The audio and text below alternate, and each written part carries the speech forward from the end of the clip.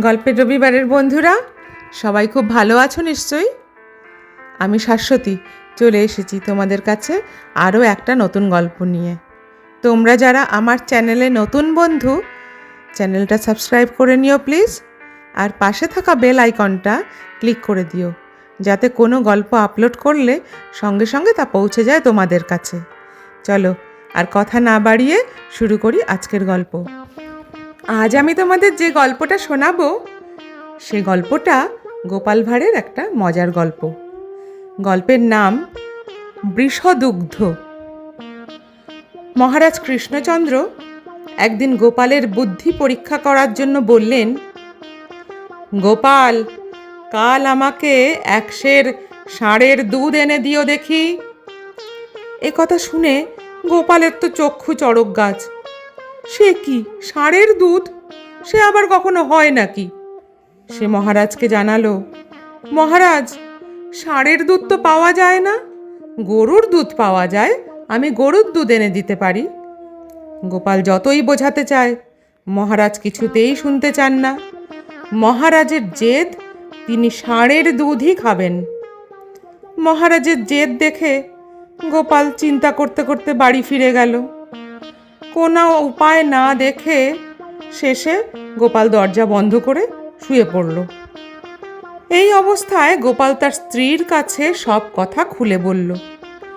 গোপালের স্ত্রী তখন বলল, তুমি নিশ্চিন্ত থাকো, যা দরকার তা আমিই করব।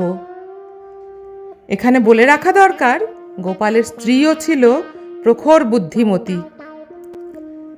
এবার গোপাল কিছুটা নিশ্চিন্ত হয়ে শুল, কিন্তু তার মনে মনে একটু চিন্তাও ছিল, স্ত্রী সবটা ঠিকমতো করতে পারবে তো, সবটা সামলাতে পারবে তো সে?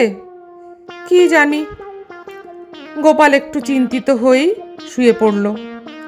পরদিন ভোরবেলা গোপালের স্ত্রী এক বোঝা কাপড় নিয়ে রাজবাড়ির সামনে নদীর ঘাটে গিয়ে কাপড় কাচতে শুরু করলো। প্রাতঃভ্রমণ শেষ করে ওই পথেই মহারাজ ফিরছিলেন।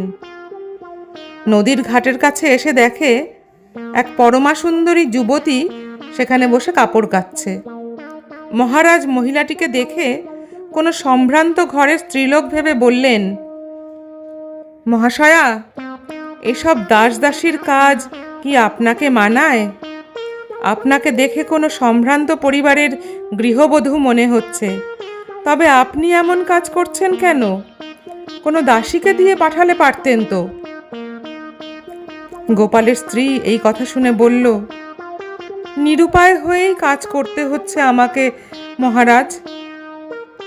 দাসীটি অসুস্থ, ওদিকে আমার স্বামী প্রসব বেদনায় ছটপট করছে। এই মুহূর্তে নতুন লোক কোথায় পাবো বলুন? তাই এই কাজ আমাকেই করতে হচ্ছে। মহারাজের তো এ কথা শুনে চক্ষু চড়ক গাছ।